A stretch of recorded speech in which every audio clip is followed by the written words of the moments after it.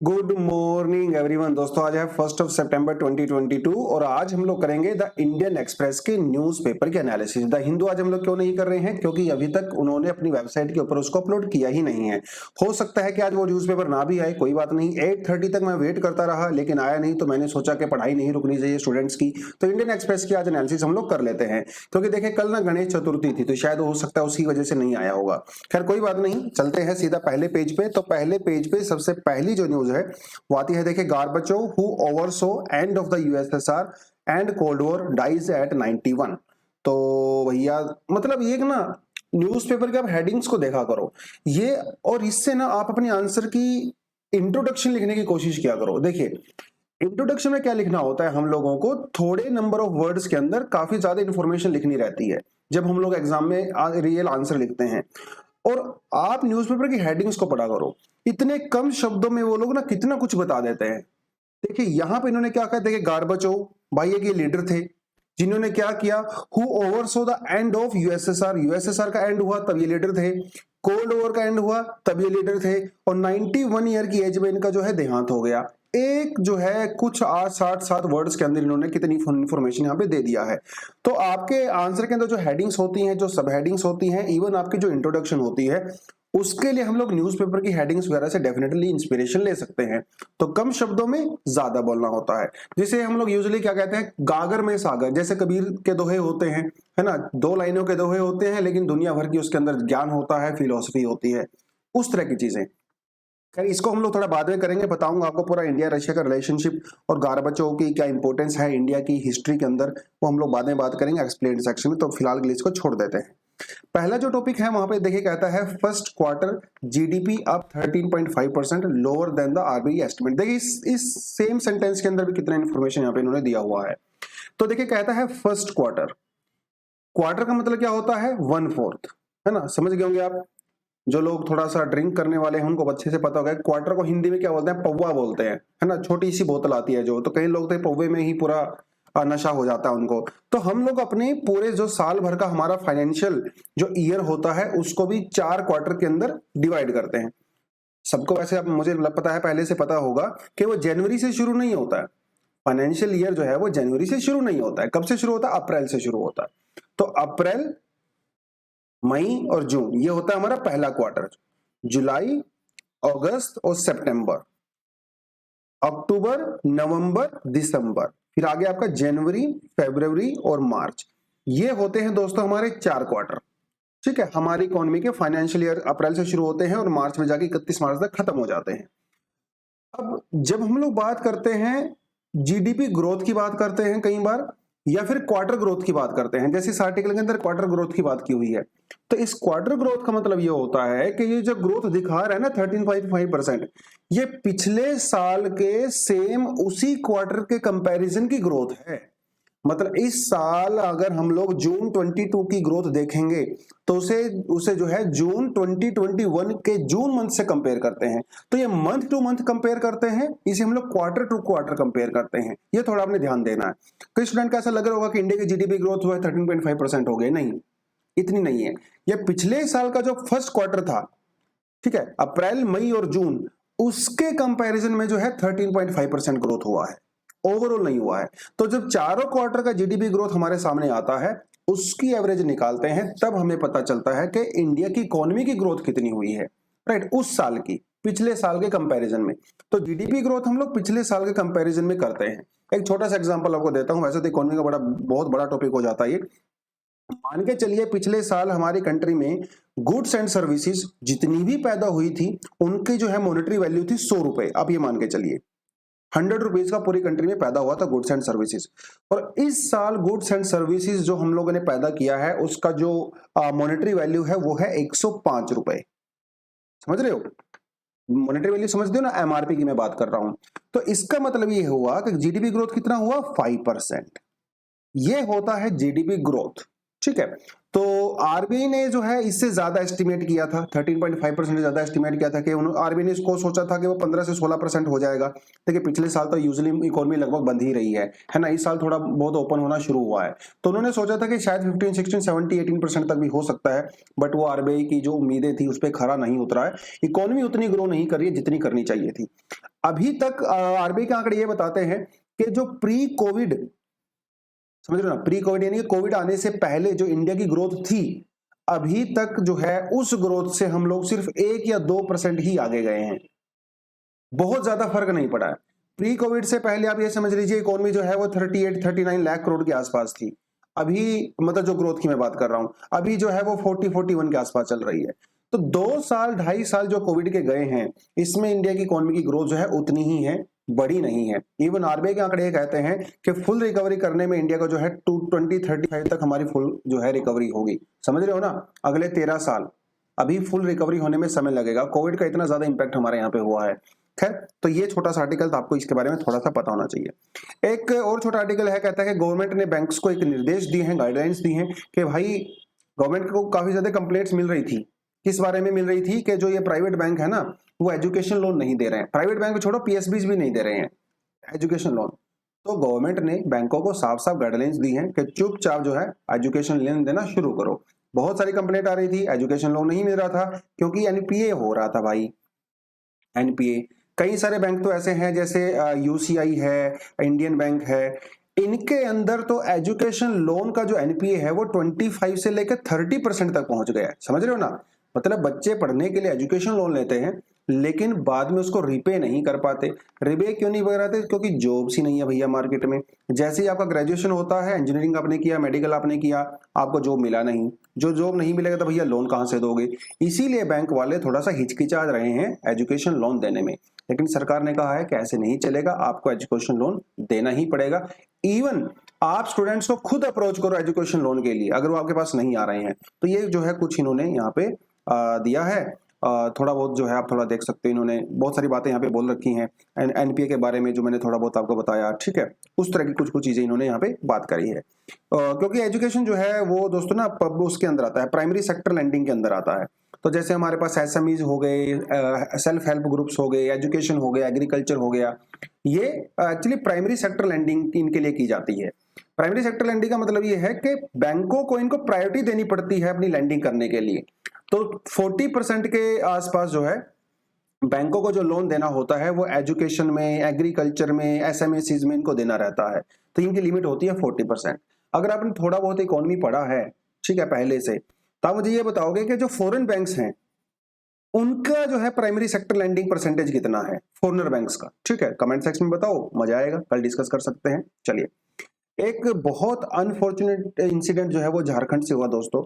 और उसमें ये हुआ कि वहां पे एक लड़का था, शाहरुख उसका नाम था, और वो एक लड़की को जो है बेचारी को बार बार परेशान कर रहा था। वो सिर्फ अभी 12th स्टैंडर्ड में ही थी, उसको परेशान कर रहा था, बार बार उसको अप्रोच कर रहा था, और उसके बार बार उसने मना किया। तो फाइनली इस लड़के ने, जिसका दिमाग बहुत खराब हो गया था, और उसके ऊपर जो है उसको आग लगा दी, और उसकी अभी फाइनली जो है हॉस्पिटल में बेचारी की मौत हो गई। तो काफी ज्यादा नेशनल इशू इस समय चल रहा है, बहुत सारे प्रोटेस्ट वगैरह भी हो रहे हैं।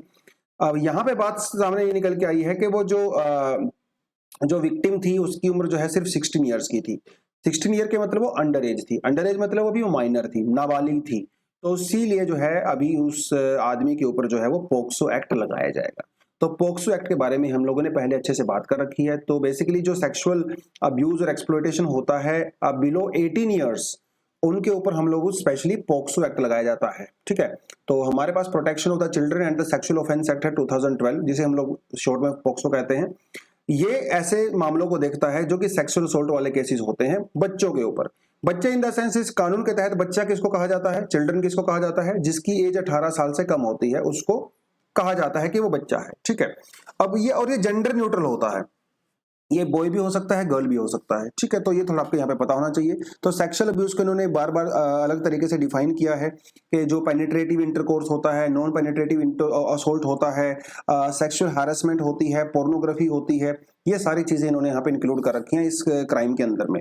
इवन अगर कोई ऐसा आदमी होता है जो कि सेक्सुअल असोल्ट करता है किसी बच्चे के ऊपर, और जो उसका ट्रस्टेड होता है, को वो पुलिस ऑफिसर हो सकता है, टीचर हो सकता है, डॉक्टर हो सकता है, फैमिली मेंबर हो सकता है। अगर वो आदमी बच्चे का सेक्सुअल एक्सप्लॉयटेशन करता है, सेक्सुअल अब्यूज करता है, तो उस तरह के क्राइम को काफी ज्यादा एग्रोवेटेड क्राइम के अंदर माना जाता है और उनके लिए सजा भी काफी ज्यादा हाई होती है। ये थोड़ा आपको यहाँ पे पता होना चाहिए। इन्होंने ये भी कहा रखा है कि जो जो बच्चे जब एक्सपर्ट होते हैं उनके लिए जो ऑफिसर को तैनात किया जाता है वो महिला ऑफिसर होती है ना, क्योंकि महिला ऑफिसर के साथ बच्चे थोड़ा ज्यादा ओपन अप हो सकते हैं, अपनी सारी चीजें उनको बता सकते हैं।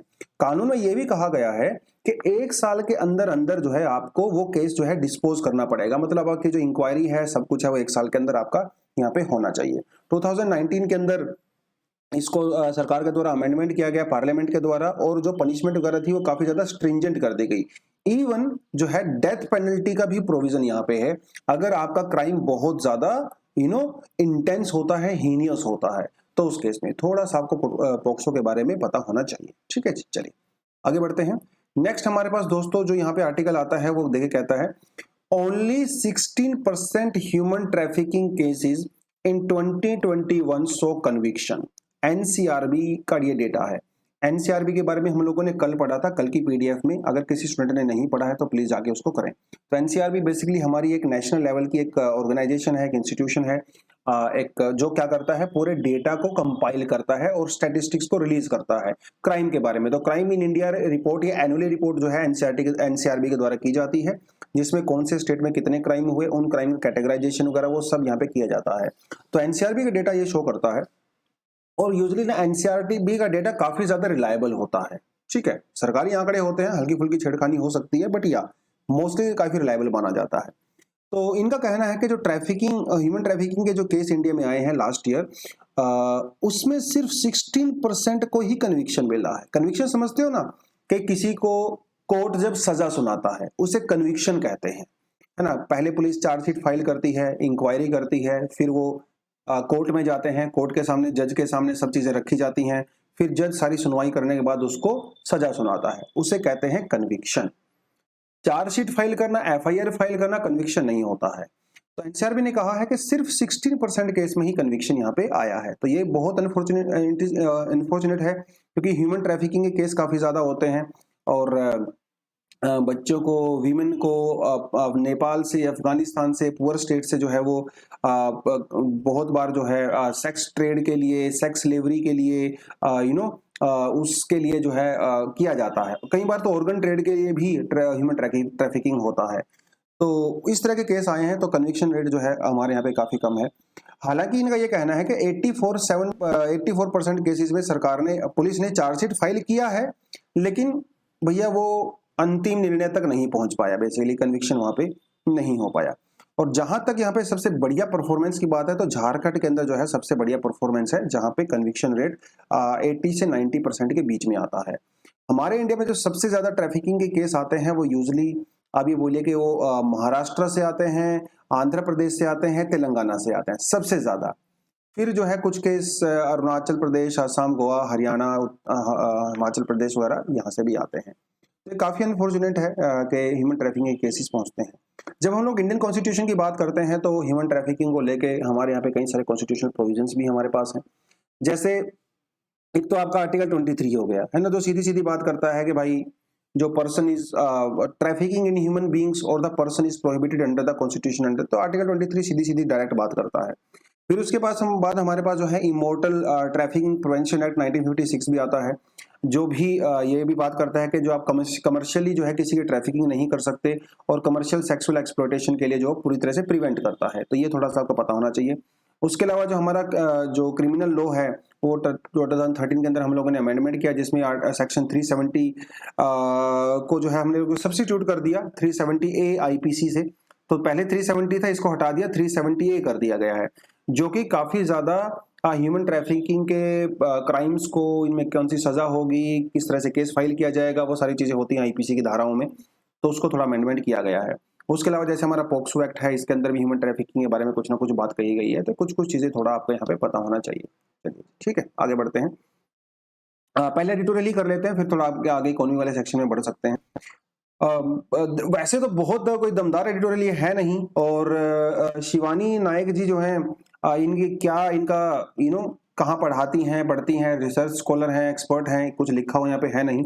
यूजुअली क्या होता है, द हिंदू के एडिटोरियल में लिखा होता है, ऑथर की आइडेंटिफिकेशन लिखी होती है, यहाँ पे सिर्फ इनका ईमेल एड्रेस लिखा हुआ है। तो मैं नहीं कह सकता हूँ कि कितना डेप्थ से इन्होंने इस चीज को रिसर्च किया है, इनका पर्सनल इनका ओपिनियन है, बट इन्होंने कहा क्या है वो थोड़ा सा सेंस बनाता है।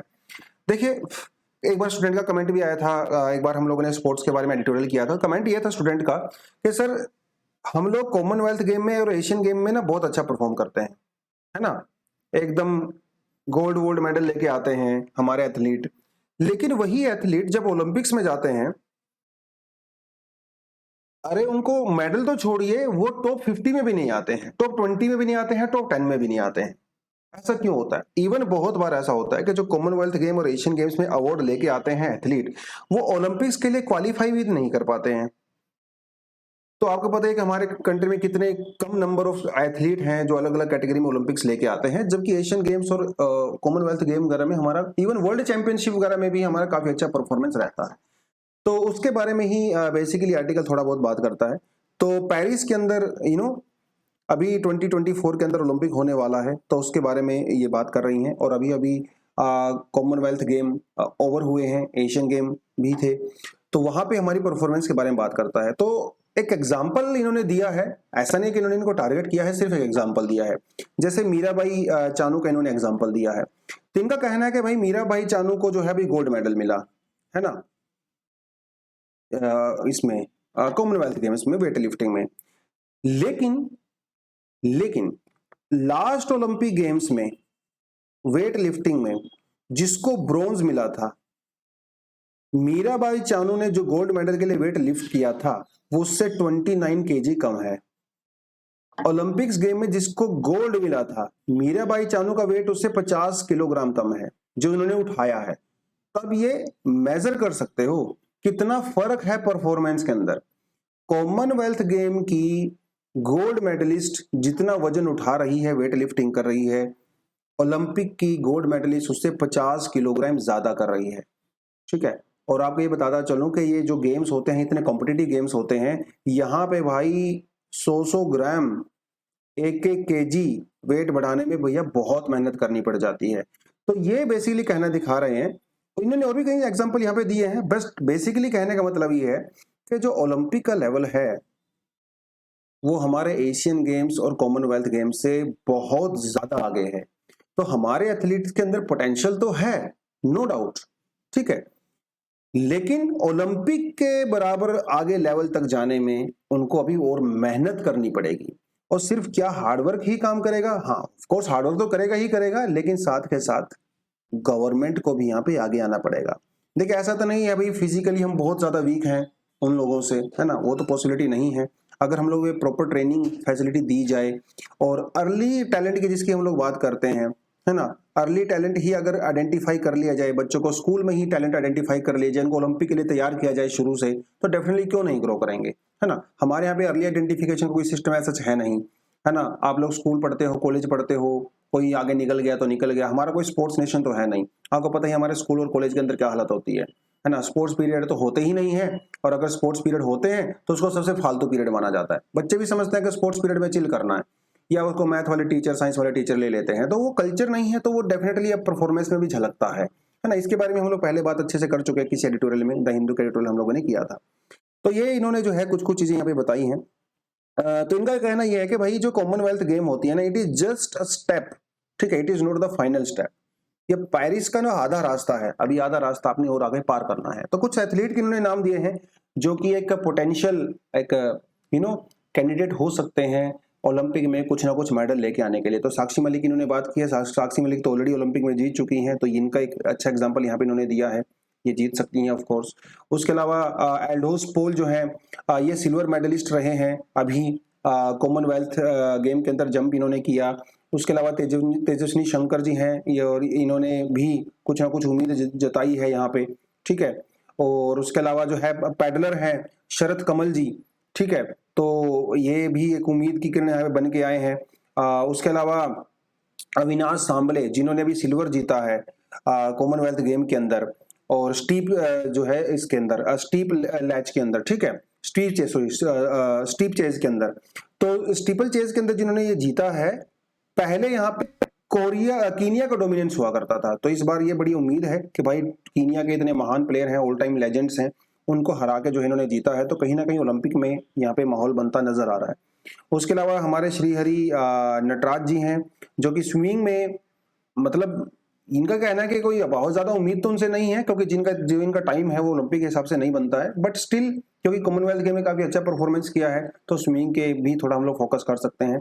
उसके अलावा निखित जरीन है, ये भी जो गोल्ड जीत के आई हैं बॉक्सिंग के अंदर, और हालांकि इनकी जो ओपोनेंट थी वो बहुत ज्यादा स्ट्रॉन्ग कैंडिडेट नहीं थी, बट स्टिल ये भी ओलंपिक के लिए एक उम्मीद बनती है अगर प्रॉपर ट्रेनिंग वगैरह। ये अभी 2 साल का समय है, तो और ज्यादा ट्रेनिंग आपको करने की जरूरत है, आप कुछ ना कुछ यहाँ पे लेके आ सकते हैं। तो इस आर्टिकल के अंदर बेसिकली वही कहा गया है कि जो कॉमनवेल्थ गेम्स हैं, इनका ये कहना है कि इंडिया के जो लोग ओलंपिक गेम्स जीत के आए हैं पहले से, उनका उनका खुद का ये मानना है, उनकी ये खुद की स्टेटमेंट है, जो कॉमनवेल्थ गेम है, एशियन गेम होते हैं, उनका लेवल ओलंपिक के साथ काफी कम होता है। तो इसलिए यहाँ पे अगर आप मेडल जीत के आते हो, आपको सरकार पैसा दे देती है, नौकरी दे देती है, आपको सेलिब्रिटी बन जाते हो, तो उस तक नहीं रुकना चाहिए। अल्टीमेटली जो मतलब आप ये कह लिए माउंट एवरेस्ट तो एक ही है ना, और वो माउंट एवरेस्ट ओलंपिक है, समझ रहे हो। और उस ओलंपिक में भी माउंट एवरेस्ट के अंदर जो जहाँ पे लास्ट वाला जो जहाँ पे पहुंचना होता है वो गोल्ड मेडल है। तो यहाँ तक जाना है, डेफिनेटली कॉमनवेल्थ गेम और एशियन गेम आपके लिए एक उम्मीद की किरण बनती है, लेकिन यहाँ तक नहीं रुकना है, आगे बढ़ना है। तो आपको भी आगे बढ़ना है, समझ रहे हो ना। तो सिर्फ प्रीलिम्स तक थोड़ी ना रुकना है, मेंस भी तो क्लियर करना है, इंटरव्यू भी क्लियर करना है, फाइनली जाके सिलेक्शन लेना है। और सिलेक्शन भी क्या बहुत लोअर रैंक, मतलब 700-800 रैंक आपका आएगा, वो रैंक लेना है या फिर आपने टॉप 20 के अंदर रैंक लेना है, तो ये आपको डिसाइड करना है आपने कितनी मेहनत करनी है। कई लोग प्रीलिम्स क्लियर करके खुश हो जाते हैं, एकदम हवा में आ जाते हैं, अगली बार उनका प्रीलिम्स भी नहीं हो पाता है ना। ये थोड़ा आपको देखना है, ग्राउंड पे रहना है, रियलिटी को समझना है। चलिए नेक्स्ट हमारे पास दोस्तों जो आर्टिकल आता है, कहता है Russia deepens Europe's energy squeeze again. तो पिछले साल मतलब काफी समय हो गया अभी तो रशिया यूक्रेन की लड़ाई होते हुए, तो यूरोप लगातार प्रेशर बनाने की कोशिश कर रहा है रशिया के ऊपर। रशिया के पास में जो है दुखती रग है यूरोप की, आपको पता ही है क्या है, वो है नेचुरल गैस ना। यूरोप की मेजरली जो रिक्वायरमेंट है ऑयल की या गैस की, वो रशिया पूरी करता है। और रशिया जो है ब्लैकमेल कर रहा है भाई यूरोप को, और रशिया वेट कर रहा है विंटर का, क्यों आपको पता है कि विंटर के अंदर कितनी ज्यादा नेचुरल गैस की रिक्वायरमेंट पड़ती है यूरोप को हीटिंग पर्पज के लिए। तो जब विंटर आएगा तो उनकी हालत और ज्यादा खराब हो जाएगी, अभी से हालत होना खराब शुरू हो गया है। देखिए जर्मनी का इन्होंने तो यहाँ पे एग्जांपल दिया कि जर्मनी में पिछले 50 सालों की सबसे ज्यादा खतरनाक इन्फ्लेशन चल रही है, लेकिन जर्मनी वाले थोड़े से उनके अंदर दिमाग थोड़ा ज्यादा होता है, तो उन्होंने क्या किया, पहले से ही अपने 85% जो रिसोर्सेज थे वो नेचुरल गैस और पेट्रोल से पहले ही फुल कर लिए हैं। तो जर्मनी को चिंता नहीं है, उन्होंने ऑलरेडी पहले से ही पिछले साल से ही ऑल्टरनेटिव रेट रूट देखना वगैरह शुरू कर दिए थे। तो जर्मनी तो फिर भी सेफ रहेगा, लेकिन उससे कंपैरिजन में कुछ और जो स्टेट हैं, जो ईस्टर्न यूरोपियन स्टेट हैं, वो तो कम्प्लीटली यूरोप के ऊपर डिपेंड करते हैं, रशिया के ऊपर डिपेंड करते हैं, तो उनकी हालत यहाँ पे काफ़ी ज़्यादा खराब है। तो इनका यही कहना है कि यूरोप की एनर्जी जो है वो रशिया ने दोबारा से स्टीप रोक दी है। नोड 2 जो पाइपलाइन है, नोड 1, नोड 2 तो खैर अभी तक ओपन हुई नहीं, नोड 1 जो चल रही थी, इसके अंदर रशिया जो है रिपेयरिंग का काम कर रहा है। रिपेयरिंग होने की वजह से सप्लाई रुक गई है। तो यूरोपियन कंट्री का कहना है कि रशिया ये जानबूझ के कर रहा है, इस पाइप को रिपेयर की रिक्वायरमेंट थी नहीं, लेकिन रशिया कह रहा है कि नहीं भाई मैं जानबूझ के ब्लैकमेल आपको नहीं कर रहा हूँ, एक्चुअली में इसको मेंटेनेंस की रिक्वायरमेंट थी। तो वो दिन के बीच में चल रहा है, चलता रहेगा, देखेंगे आगे क्या होगा। इंडिया के ऊपर क्या इंपैक्ट पड़ता है इसका आपको सबको अच्छे से पता है, हम लोग तो बड़े और भी तेज निकले, जर्मनी से भी तेज हैं। हम लोग रशिया से क्रूड ऑयल इंपोर्ट करते हैं, उसको फिर अंबानी साहब गुजरात में अपनी जो रिफाइनरी है उनकी उसके अंदर रिफाइन करते हैं, और उसी पेट्रोल को वापस यूरोप को बेच देते हैं। तो यूरोप जो है डायरेक्ट रशिया से नहीं खरीद रहा है, इंडिया से खरीद रहा है, और हमारी जो ऑयल रिफाइनिंग इंडस्ट्री है भैया बड़े बूम कर रही है, मजे में है। खैर एक आर्टिकल कहता है छोटा सा कि US life expectancy falls again in historic setback. Life expectancy मतलब दोस्तों क्या होता है कि जब कोई एक आदमी पैदा होता है, अगर वो अपना नॉर्मल जीवन जीता है पूरा, अगर नॉर्मल लाइफ जीता है तो कितने साल तक जी सकता है, इसे कहते हैं लाइफ एक्सपेक्टेंसी। तो लाइफ एक्सपेक्टेंसी एक डायरेक्ट मेजर होता है उस कंट्री की डेवलपमेंट का, उस कंट्री में जो न्यूट्रिशन दिया जाता है, उस कंट्री का जो सोशल वेलफेयर होता है, उस कंट्री का जो हेल्थ सिस्टम होता है, उस कंट्री की ओवरऑल डेवलपमेंट का डायरेक्ट मेजर होता है लाइफ एक्सपेक्टेंसी। जो कंट्री जितनी गरीब होगी, जितना हालत वहां पे खराब होती है, उसकी लाइफ एक्सपेक्टेंसी उतनी ही कम होती है। और जैसे आप जापान चले जाओ, यूरोप में चले जाओ, अमेरिका चले जाओ, कनाडा चले जाओ, ऑस्ट्रेलिया, जो डेवलप्ड कंट्री है, इनकी लाइफ एक्सपेक्टेंसी काफी हाई है। ठीक है। अब जैसे इंडिया की बात करें तो 1947 में हमारी लाइफ एक्सपेक्टेंसी जो है वो 25 30 32 33 साल तक थी। तो बहुत ज्यादा लोग नहीं जी पाते थे, समझ रहे हो। हमारे यहाँ पे अगर 1947 या 50s की अगर बात करें तो आप ये समझ लीजिए कि 25% बच्चे वो अपना 5th जन्मदिन देखने से पहले ही डेथ हो जाया करती थी, समझ रहे हो। 40 से 45% बच्चे इंडिया में 1947 की बता रहा हूं आपको, अपना 10वां जन्मदिन तक नहीं देख पाते थे। तो हालत बहुत खराब थी, बच्चे पैदा होते थे मर जाते थे, सर्वाइव ही नहीं कर पाते थे। और अगर आप पीछे और थोड़ा पीछे चले जाओ तो और भी हालत खराब थी। तो डेवलपमेंट शो करती है लाइफ एक्सपेक्टेंसी। तो यूएसए के अंदर लाइफ एक्सपेक्टेंसी जो है वो 79-80 ईयर्स के आसपास हुआ करती थी अभी 2 साल पहले, जो भी थोड़ी सी कम हो गई है। ठीक है, सो थोड़ी कम ही है, 1-2 साल 76 पे चली गई है 2021 के अंदर। तो ये क्या दिखाता है? ये दिखाता है कि अमेरिका में कुछ लोगों की प्री मैच्योर डेथ हो रही है, जो कि यूजली नहीं होनी चाहिए थी, ऐसा इनका कहना है। और यहाँ पे एक बहुत बड़ा रोल आता है कोविड-19 का। तो पिछले 100 सालों में ऐसा पहली बार हुआ है कि अमेरिका में लाइफ एक्सपेक्टेंसी एक्चुअली कम हुई है, बड़ी नहीं है। इसमें बहुत बड़ा रोल है कोविड-19 का। और इसके अंदर भी जो सबसे ज्यादा डेथ वहां पे हो रही है वो किसकी हो रही है? वो हो रही है नेटिव अमेरिकन की, और अलास्का में जो रहने वाले लोग हैं उनकी लाइफ एक्सपेक्टेंसी जो है वो 65 ईयर्स के आसपास हो गई है। इंडिया में लाइफ एक्सपेक्टेंसी कितनी है? कमेंट सेक्शन में मुझे अच्छे से बताओ। और कौन से स्टेट की इंडिया में लाइफ एक्सपेक्टेंसी मैक्सिमम है वो भी आप मुझे कमेंट सेक्शन में बताओगे, ठीक है। चलिए, तो इन्होंने कुछ कहा, ये कुछ चीजें कही है। इन्होंने ये कहा कि भाई सिर्फ सारा दोष जो है हम लोग कोविड को नहीं दे सकते, कोविड के अलावा और भी कुछ रीजंस डेफिनेटली यहाँ पे हैं। जैसे हार्ट डिसीज हो गया है ना, क्रोनिक लीवर डिसीज हो गया, या फिर एक्सीडेंट डेथ होती है ना, ड्रग ओवरडोज होता है, ये भी काम करते हैं। तो कोविड के साथ साथ जो चीजें हुई अमेरिका में आपको पता ही है ना, वो चीजें। इनका एक ये कहना भी है इस रिपोर्ट का कि भाई जो यूएसए के अंदर कोविड की वजह से इतनी डेथ हुई है, ठीक है, उसका रीजन क्या है, जबकि वेस्टर्न कंट्रीज के अंदर आप देखो, यूरोपियन कंट्रीज के अंदर उतना डेथ परसेंटेज नहीं है। तो इसका ये कहना है कि भाई अमेरिका के जो लोगों का बिहेवियर है वो भी इसके लिए जिम्मेदार है। तो जो वोकेशनल जो वैक्सीनेशन इतना ज्यादा सक्सेसफुल अमेरिका में नहीं हुआ। अमेरिका में बहुत सारे लोग वैक्सीनेशन का जो है अपोज कर रहे थे, तो बिहेवियर उनका कुछ ऐसा था, मास्क नहीं लगा रहे थे, ठीक है, वो सारी चीजें, जिसकी वजह से इन्फेक्शन बढ़ा, डेथ रेट बढ़ी, और बहुत सारे लोग भैया निकल लिए, है ना, यमराज आगे लेने के लिए। तो ये कुछ चीजें हैं। एक एक्सप्लेन सेक्शन है जो कहता है गार्बोचेव एंड इंडिया, तो इनके बारे में रिलेशन है। तो गार्बोचेव के बारे में आपको बताता चलूं, ये रशिया के जो है काफी कंट्रोवर्शियल लीडर हैं, और हालांकि राजीव गांधी भी कुछ कंट्रोवर्शियल हैं डेफिनेटली, बट या ये काफी कंट्रोवर्शियल हैं इन द सेंस कि कुछ लोग इनको बहुत अच्छा मानते हैं। वेस्टर्न कंट्री में तो इनको हीरो माना जाता है, अमेरिका वगैरह इनको हीरो मानता है, लेकिन रशिया के कुछ जो पॉलिटिकल लीडर्स हैं वो इनको बहुत अच्छा नहीं मानते हैं। इसके रीजन है दोस्तों, देखिए कोल्ड वॉर में आपको पता ही है क्या हो रहा था। देखिए इस आर्टिकल की ही सारी आपको कहानी बताऊंगा अलग अलग तरीके से। कोल्ड वॉर के अंदर आपको पता है कि एक तरफ यूएसए था, दूसरी तरफ रशिया था, ठीक है। रशिया जो है कम्युनिस्ट स्टेट है, और रशिया यूएसए जो है कैपिटलिस्ट स्टेट है। तो दोनों के बीच में आइडियोलॉजिकल वॉर चला करता था।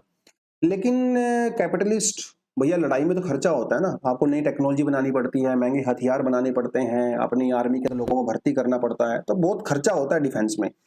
तो रशिया की इकोनॉमी डाउन जा रही थी, खर्चे बढ़ रहे थे। फाइनली रशिया ने रियलाइज किया कि आप लोग अमेरिका से लड़ाई नहीं कर सकते, आप ये मेंटेन अब नहीं कर पा रहे हो। तो फिर वहां पे एक लीडर आए जिनका नाम था मिस्टर गार्बिचोव, ठीक है। तो गार्बिचोव जब वहां पे आए 1985 में, ये इलेक्शन जीत के आए, प्रेसिडेंट बने, तो इन्होंने सोचा कि भाई ये रशिया की, ऐसे तो हम लोग यूएसए से कंपटीशन करते रहेंगे, अपनी खुद की हालत खराब हो जाएगी, हो ही रही है। क्योंकि आपको पता है 1979 से अफगानिस्तान के अंदर जो चल रहा था, रशियन फोर्सेस अफगानिस्तान के अंदर, है ना, और युद्ध में तो भैया पैसा लगता है, डॉलर लगते हैं, है ना, और रिसोर्सेज लगते हैं। तो रशिया के रिसोर्सेज खत्म हो रहे थे। तो गार्बिचोव ने ये धीरे धीरे रियलाइज किया कि ऐसे काम नहीं चलेगा, अपनी इकोनॉमी को अब थोड़ा ओपन करना पड़ेगा। तो इन्होंने आते ही 2-3 काम किए। पहली बात, इन्होंने अफगानिस्तान से अपनी फोर्सेज को वापस बुला लिया। तो वेस्टर्न कंट्री को क्या चाहिए था, वो बड़े खुश हो गए, तो इनको हीरो डिक्लेयर कर दिया गया। अफगानिस्तान जैसे अभी बाइडेन ने अफगान से जो है अभी अफगानिस्तान से अपने उनको वापस मंगवाया है, ऐसे ही इन्होंने भी मंगवाया था, ठीक है, वो बड़ी बात हो गई। दूसरी बड़ी बात यहाँ पे, जैसे हम लोग जर्मनी की बात करते हैं या ईस्टर्न यूरोप की बात करते हैं, यूजुअली क्या है, ईस्टर्न यूरोप के अंदर रशिया का कंट्रोल हुआ करता था, वेस्टर्न यूरोप के जो है वो अमेरिका का अलाई हुआ करता था। जर्मनी के अंदर आपको पता है जर्मनी वॉल बनी हुई थी, जर्मन वॉल, है ना। आधा जर्मनी जो है वो रशिया के कंट्रोल में था, आधा जर्मनी जो है वो यूरोप के कंट्रोल में था। जो यूरोप के अमेरिका के कंट्रोल में था वो भैया बहुत ज्यादा ग्रो कर रहा था क्योंकि वो कैपिटलिस्ट थे, इंडस्ट्री बूम कर रही थी। ईस्टर्न जर्मनी जो है वो काफी पिछड़ा हुआ था। तो इन्होंने रियलाइज किया कि ऐसे काम नहीं चलेगा, तो इन्होंने फाइनली जो है रशिया का डिसइंटीग्रेशन हुआ 1991 के अंदर, है ना। जर्मनी को यूनाइट कर दिया गया, जर्मनी की जो दीवार थी उसको तोड़ दिया गया, और फाइनली क्या हुआ, जो कोल्ड वॉर था उसका ऑफिशियली एंड हो गया। ठीक है, रशिया ने डिसाइड कर लिया कि भी हम लोग यूएसए से नहीं लड़ेंगे।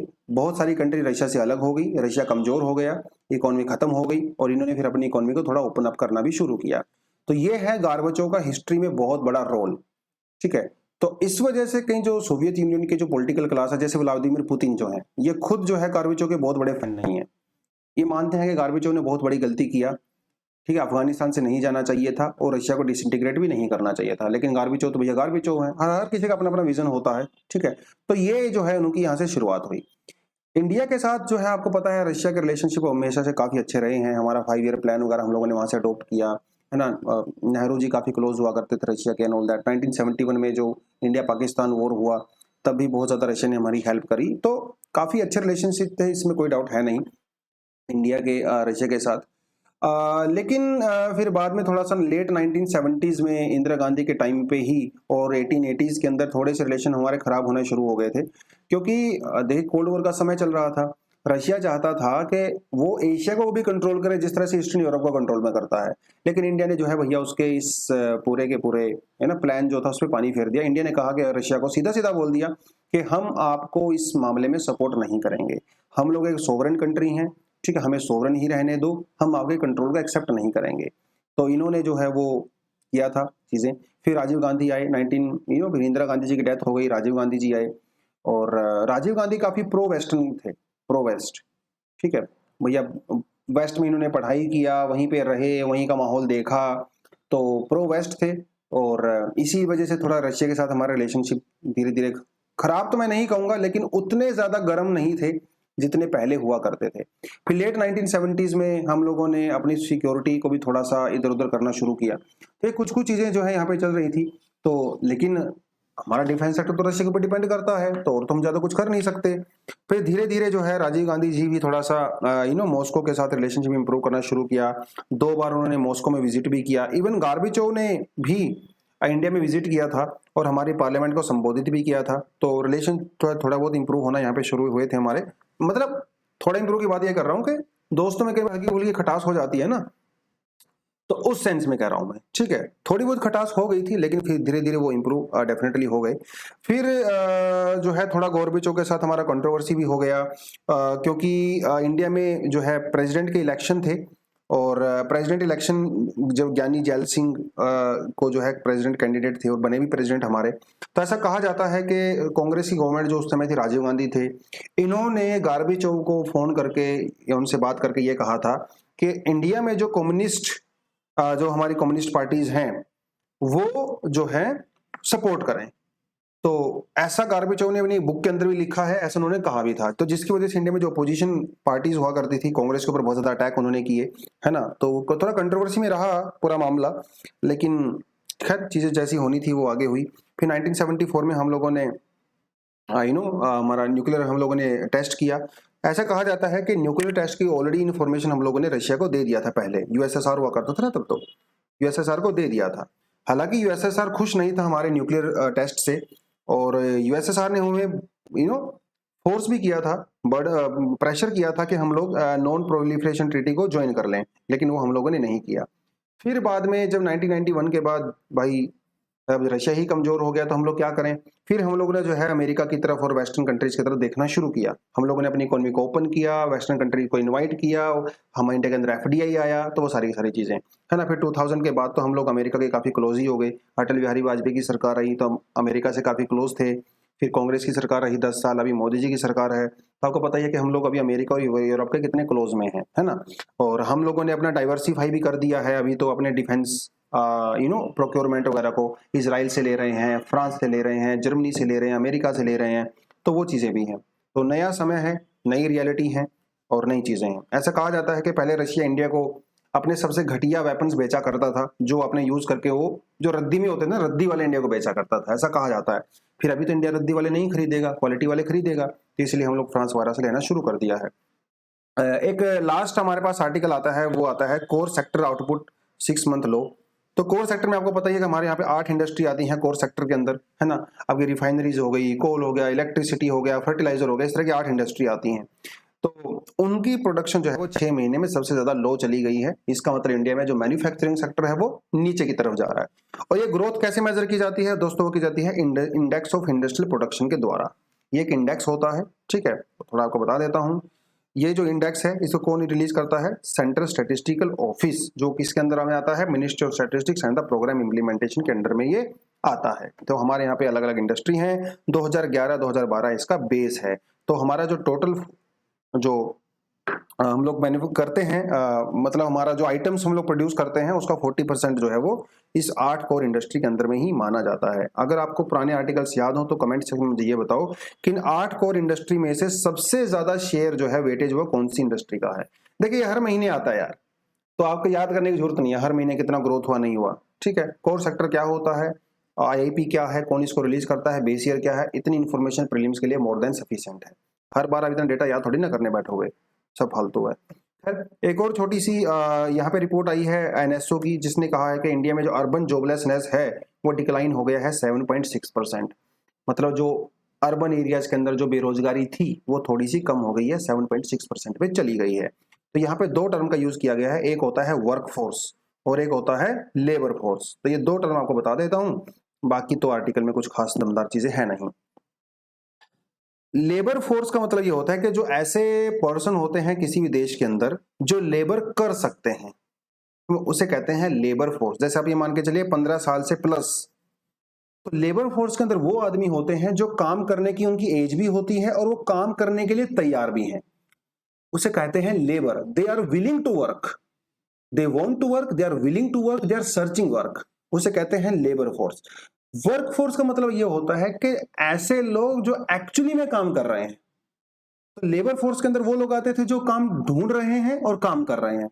वर्क फोर्स के अंदर सिर्फ वो लोग आते हैं जो एक्चुअली में काम कर रहे हैं। तो इसके अंदर वो लोग नहीं आते जो काम ढूंढ रहे हैं, वो लोग आते हैं जो काम कर रहे हैं। तो जो लोग काम ढूंढ रहे हैं वो कौन हो गए? वो हो गए अनएम्प्लॉयड, ठीक है। यही थोड़ा सा फर्क होता है। तो अनएम्प्लॉयड आप ये कह सकते हो unemployment is equal to labour force minus work force, या फिर आप ये कह सकते हो जैसा कि इसके अंदर यहाँ पे अगर परसेंटेज की टर्म में करना है, जॉबलेसनेस और unemployment rate is defined as the percentage of unemployed person among the labour force. तो लेबर फोर्स के अंदर जो लोग अनएम्प्लॉयड हैं, जिनको काम नहीं मिला है, उसे कहते हैं अनएम्प्लॉयमेंट रेट। तो उसको जब परसेंटेज टर्म में निकालते हैं तो रेट बोल देते हैं, अगर एब्सोल्यूट टर्म में निकालते हैं तो अनएम्प्लॉयमेंट बोल देते हैं। 100 लोग काम ढूंढ रहे थे, 100 लोगों में से सिर्फ 80 लोगों को काम मिला, 20 लोग बेचारे अभी भी काम ढूंढ रहे हैं, तो ये क्या है? ये अनएम्प्लॉयमेंट है।